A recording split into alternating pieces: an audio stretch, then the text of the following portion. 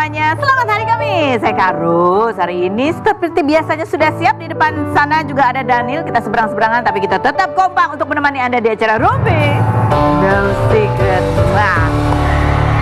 Seperti biasanya, yuk sebelum kita ke bintang tamu dengan berbagai ceritanya yang semua ceritanya ini berwarna sekali dan mudah-mudahan kita bisa memetik hikmah yang bermanfaat ya. Kita ke pojokan dulu untuk membahas berita apa yang lagi hot, postingan-postingan apa yang menuai pro dan kontra, baik itu datang dari dunia nyata maupun dari dunia maya.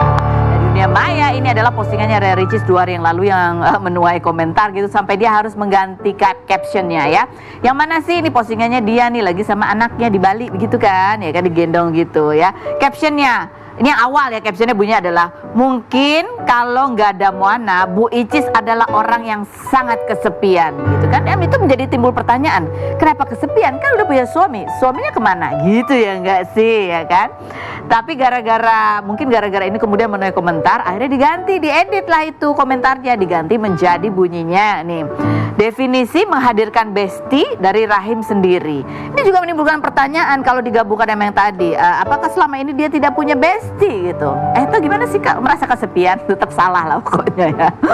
Tapi kalau kita lihat-lihat tuh netizen juga ya memperhatikan gitu ya. Tuh coba kita lihat. Kenapa postingannya semua di Instagram sekarang semuanya sama Moana gitu? Udah jarang dia posting sama suaminya. Kan kemarin juga sempat rame tuh yang karena cincinnya nggak dipakai gitulah apalah gitu ya. Nah komentar netizen coba kita baca apa bunyinya. Yang pertama bunyinya adalah langsung ganti caption, diceramain suami atau kakak nih Bu Icis. mungkin diceramain ya sama kakak-kakaknya ya. Yang berikut, foto suaminya udah nggak pernah diposting, sabar ya Bu Icis gitu. Netizen sangat perhatian. Berikutnya coba kita lihat, lah suaminya kemana Bu Icis? Jangan-jangan jeng gitu ya. Lagu berikutnya, gimana nggak digosipin orang curhat mulu di sosmed katanya gitu ya. Berikutnya udah habis ya gitu deh ya.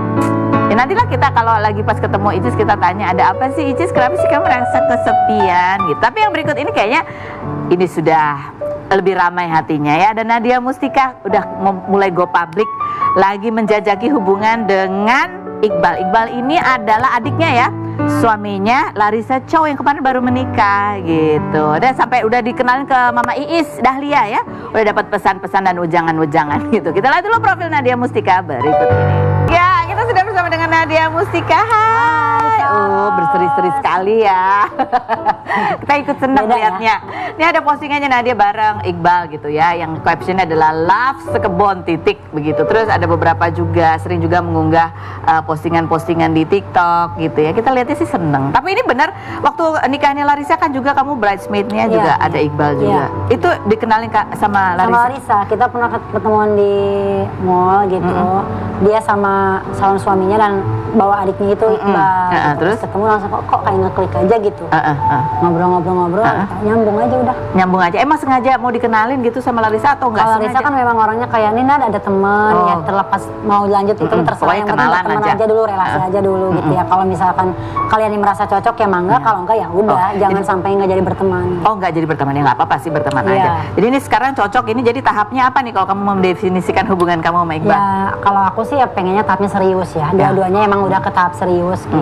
Karena kan aku juga punya Syaki. Kayak kalau misalkan cuma main-main ngapain, makanya kan bondingnya juga ke Syaki dulu. Iya betul ya. Nah apa sekarang yang membuat kamu mau menjajaki yang lebih serius nih sama Iqbal gitu? Apa karakter apa yang kamu lihat? Karakternya, tanggung jawabnya, ngelihat ke Syakinya juga aku kayak ya namanya aku seorang janda gitu, punya anak satu, terus ngelihat kayak harus pilih laki-laki yang kayak gimana sih. Pasti kan tujuannya sayang sama anak. Kalau sayang sama akunya gampang gitu. Ini ngelihatnya sama Sakinya, kalau misalkan dia habis main dari rumah, ada mama, ada apa, Sakinya pengen ikut, nempel gitu-gitu. Jadi dan dia nggak apa-apa ya. Dan dia gitu. Nah, terus ini kan kamu posting, kalau dulu kan hubungan yang sebelumnya kan kamu jalannya cepet gitu ya. Cepet banget, kilat khusus. Tapi yang sekarang ini kan ya kamu posting juga, go public gitu. Ini banyak orang jadi bertanya-tanya, kok beda ya caranya pendekatannya sekarang gitu ya. Kamu sendiri gimana? Kalau aku sih gak masalah ya, mungkin ya pengen aja sih gitu. Mau kemarin ya taruh udah mencoba, ya sekarang juga biasa aja kayak gini, perkenalan kayak gitu. Perkenalan, Gitu aja jadi sih, modelnya aja yang beda ya, Iya. tapi tetap namanya tetap perkenalan. Iya, semua juga tetap perkenalan kan. Iya, betul. Tetap. Tapi ini mungkin caranya, mungkin pertanyaan-pertanyaan lebih Lebih detail. intens juga, iya, Lebih. lebih intens juga, ketemu hampir tiap hari. Ya, kalau misalnya dia kayak lagi kerja keluar kota ya nggak ketemu gitu. Lebih sering ngobrol juga sama keluarganya ya, lebih belajar dari yang udah-udah. Nah, apa aja berarti kalau belajar yang udah-udah ya, apa aja yang perlu kamu tahu gitu dari dia? Apa pertanyaan apa yang penting atau hal apa dari diri kamu yang perlu juga dia tahu gitu tentang kamu? Ya sifat marahnya mungkin, terus tanggung jawab ke Syakinya kayak gimana, benar gak sayang Syaki apa enggak nih, terus keluarganya juga menerima aku full apa gimana gitu, aku tetap perlu itu sih. Oh, jadi Terus gimana keluarga aku terhadap Iqbal juga, jangan sampai keluarganya dia menerima, keluarga aku juga enggak. Menurut aku kan rumah tangga memang harus dua keluarga yang Betul. menyatu, jadi ya oke, so far keluarga kamu gimana? alhamdulillah sih udah lampu hijau kalau keluarga. Alhamdulillah. Oke. Nah, ini kita lihat ini juga ini apa? Dia diperkenalkan juga ke maminya yang lain ya, Mami. Mak gue nih. Udah ada di vlognya juga ya, ada Udah. pesan-pesan juga langsung dari Mama. Mama Iis. Coba kita lihat yang berikut. Emang Iqbal mau sama Nadia. Ya soalnya ini bayon get country.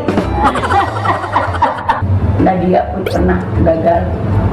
Belajar dulu. Harus tahu pada saat Iqbal lagi marah. Marahnya kayak apa? Kamu bisa terima nggak? Begitu pun sebaliknya. Jangan sampai begitu dan jadi suami istri. Ternyata marahnya gitu Korea. Jangan buru-buru ya Pak. 28. Jangan teriakin kan kayak. Apaan sih? 28 katanya mah. Emang lihat mukanya Iqbal kayak kasihan tertekan ya. Kaget banget kayaknya dia langsung ditodorin kamera. Oh gitu. Itu mah benar-benar tanggal pengetahuan, tiba-tiba Ucus datang. Oh gitu. Langsung terus Emang lagi nganterin aku ke Jakarta kan hari Senin malam. Senin malam nganterin. Ya udah sekalian perkenalan ke mama gitu. Kan ya udah aku gede kenalin ini duluan ke mama. Nah sekarang mah semua sebelum ke tahap benar-benar menikah ya perkenalan dulu ke circle aku juga, ke circle-nya dia juga, jadi sama-sama semua. semuanya tahu ya Kenal. gitu. Jadi ini berapa lama udah kamu tahap perkenalannya, 3 Mak? bulan. 3 bulan. Iya, Oh, dari cukup- awal Agustus cukup lama abis ya. dari Rumpi. Oh iya, pada waktu itu kamu sempat belum bilang belum Belum. kepikiran boro-boro Emang gitu. bener belum. Emang belum ya. Jadi Iya. kita nggak pernah tahu ya. Ini rencananya cuma dia kenalan-kenalan aja dulu gitu. Iya. Ternyata cocok. Pada saat itu kamu pertama kali ketemu langsung ngerasa klik. Ya ngeklik aja, tapi belum ada rasa cinta ya. Cuma kayak ngeklik kok ngeklik Nyambung. ya, gitu.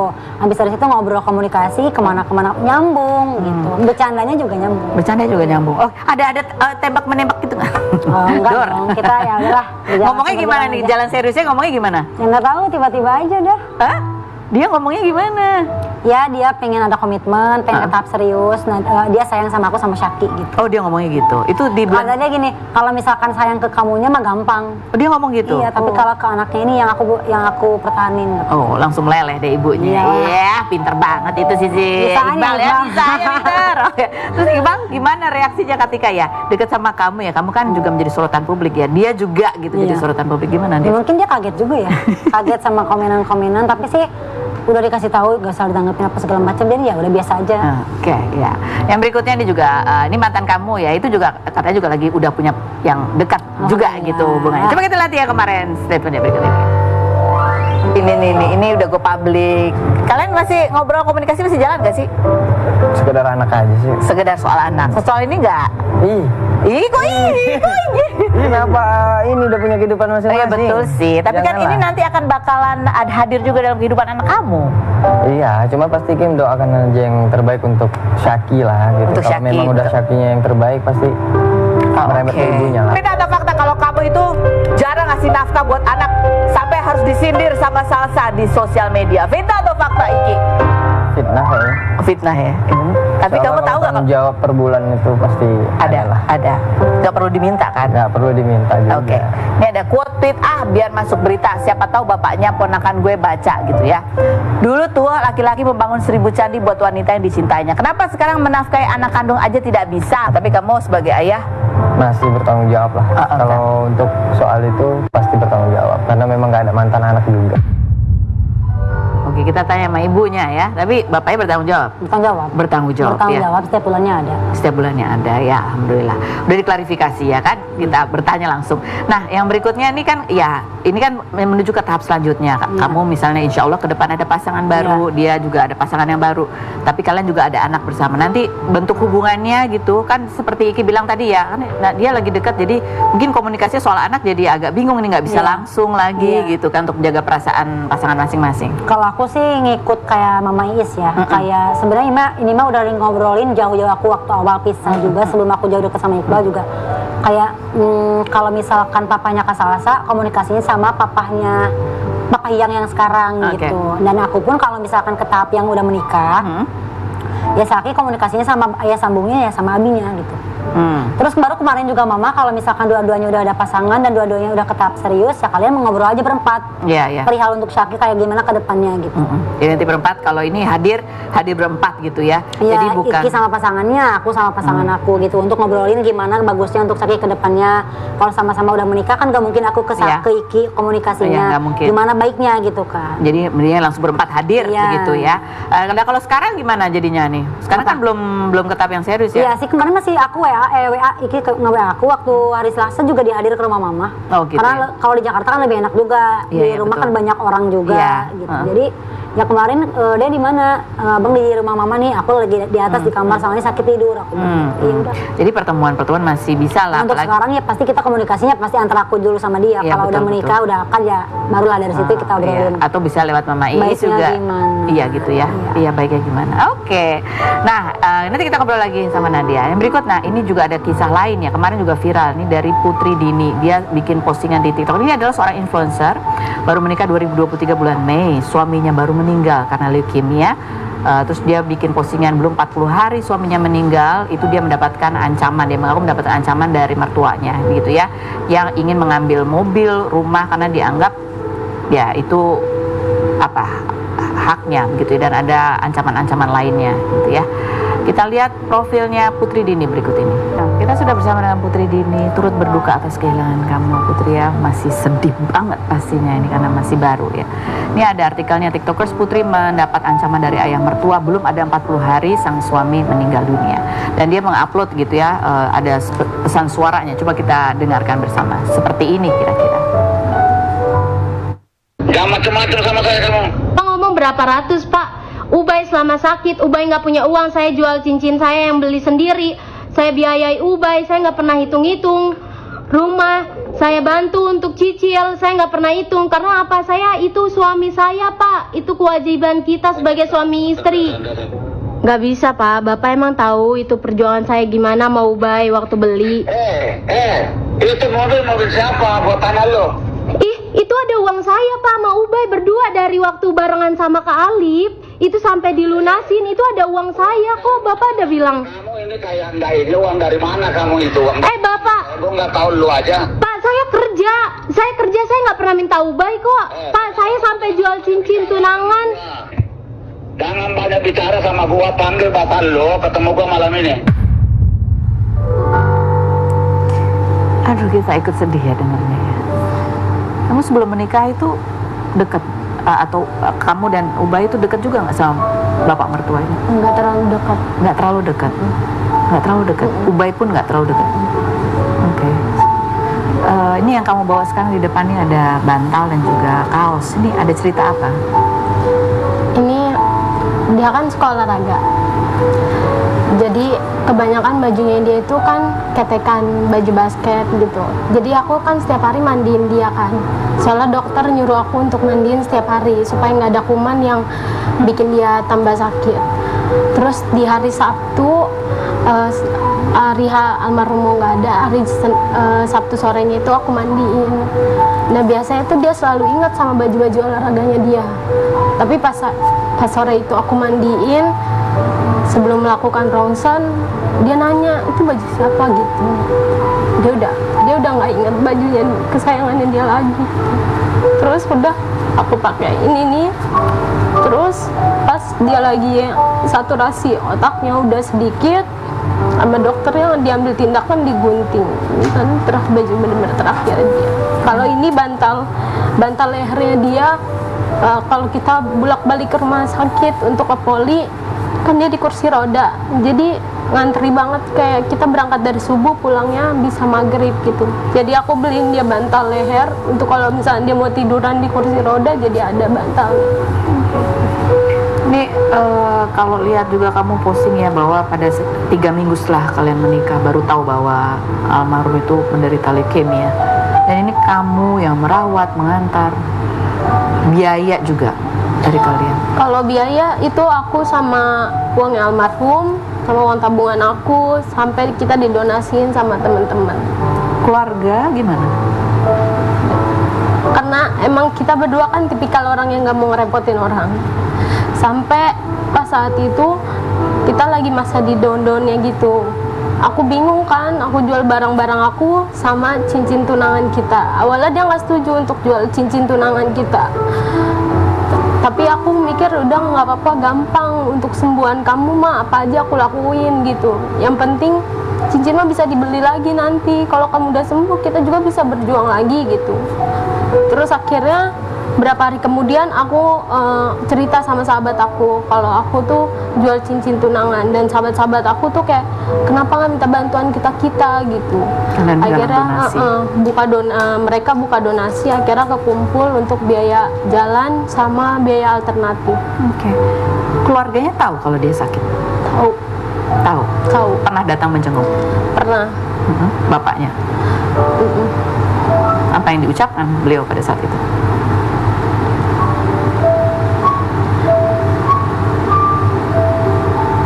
Lu nggak kuat. Jadi waktu pas almarhum baru didiagnosa, aku ngeblank banget. Aku takut, aku benar-benar takut karena kalau misalnya waktu kita pacaran dia sakit panas pun aku udah khawatir banget gitu. Pada saat kita udah pada tahu kalau dia cancer leukemia, aku pun nggak mau kasih tahu sahabat-sahabat aku. Aku takut suami aku diperlakukan beda gitu. Nah akhirnya, tapi sama salah satu keluarga yang dibilang, saya punya sepupu kayak gini, umurnya nggak bakal lama gitu di depan dia. Sedangkan aku, istrinya yang tidur bareng sama dia, selalu ngejaga mindsetnya dia, supaya dia tuh nggak kepikiran gitu. Aku selalu bilang kayak, kamu pasti sembuh kok gitu. Cuma ada kata-kata yang bikin dia ngedown terus gitu. Jadi karena itu kalian memutuskan dihadapi saja berdua, begitu? Iya. Ini juga ada cerita tentang kamu juga sharing ya, kamu menjalani masa pendekatannya 5 tahun, bahkan sebelum menikah memang menabung betul gitu ya, pernikahannya juga dengan acara yang sederhana, jadi kalian membangun rumah juga, punya kendaraan bersama gitu ya. Kita lihat ada postingannya, videonya. Lihat. Perjalanan kalian 5 tahun betul-betul mengumpulkan sesen demi sesen untuk bisa mandiri gitu. Kenapa kalian begitu gigih untuk ya berdua gitu betul-betul? Karena emang almarhum kan kurang baik hubungannya sama keluarganya. Jadi aku ngerasa waktu aku pacaran pun aku bukan cuma menempatkan diri aku sebagai pasangannya, tapi sebagai teman ceritanya dia, sebagai rumah kalau dia lagi kenapa-napa dia bisa datang ke aku gitu, cerita apa segala macam. Dan kebetulan kan kita kerja di industri yang bareng berdua, jadi setiap pagi ya, kita berangkat bareng untuk bikin konten, pulang malam di rumah masing-masing untuk tidur doang waktu pacaran. Habis itu berangkat lagi, kita berjuang keluar kota untuk branding, visit gitu. Jadi kayak kerasa banget gitu susahnya bareng. Jadi kalian pada saat itu ngumpulin uang buat apa aja? Rumah? Kita awalnya tuh ngumpulin untuk mau jadi BA. Jadi BA satu produk, akhirnya tercapai. Terus mobil, habis itu rumah, habis itu beli barang-barang isi furniture di rumah gitu. Dan aku nabungin juga untuk niatnya kita tuh kalau dia udah sembuh kita mau pindah ke Bali, aku mau buka usaha. Karena waktu almarhum sakit yang aku bilang waktu masa down, aku sempat buka nail art tapi home service gitu. Waktu dia masih sehat di rumah sakit, dia selalu nanya, kalau aku udah sembuh kamu mau kemana? Aku bilang, kayaknya aku mau buka usaha deh. Ayo, kalau kamu mau kemana aja, aku temenin. Soalnya kan kamu udah selalu temenin aku, dia bilang gitu. Akhirnya, coba yuk kita usaha pindah ke Bali aja. Makanya kita dari waktu pas dia sakit, kita udah beli tiket ke Bali berdua untuk bulan Desember.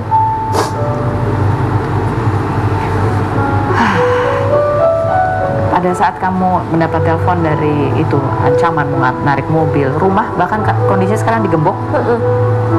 Siapa yang gembok? Bapaknya. Jadi kamu tinggal di mana sekarang? Di rumah sahabat aku. Jadi kamu diusir dari rumah kamu sendiri? Sebenarnya nggak diusir, mungkin secara harfiahnya diusir, tapi rumah aku udah digembok. Jadi dia sering ke rumah situ untuk ngecek aku pulang atau enggak. Akhirnya digembok. Aku pun sendal sampai dibeliin sama sahabat aku, baju kemarin datang ke acara itu aku dipinjemin juga sama sahabat aku gitu. Jadi kamu ketika kamu pergi kerja pulang rumah kamu digembok? Jadi waktu dari satu harian almarhum nggak ada itu, malamnya aku udah nggak di rumah itu lagi, Kak. Karena aku ngerasa kalau aku di rumah itu aku udah bisa melakukan hal konyol. karena kamu teringat terus momen-momen kamu sama Dan soalnya aku tidak dapat kepedulian dari mereka, dari keluarga. Jadi kamu pergi, ketika kamu balik lagi rumahnya digembok beserta barang kamu semua di dalamnya gitu ya. Apa yang kemudian mendorong kamu untuk akhirnya mau bercerita ini gitu ya? Apa? Dan setelah kamu posting ini apa reaksinya? Apa yang kamu dapatkan? Dan kemarin juga Bang Hotman Paris sudah memposting gitu ya, ini dia siap juga untuk memberi dukungan buat kamu. Selain berikut ini jangan kemana-mana.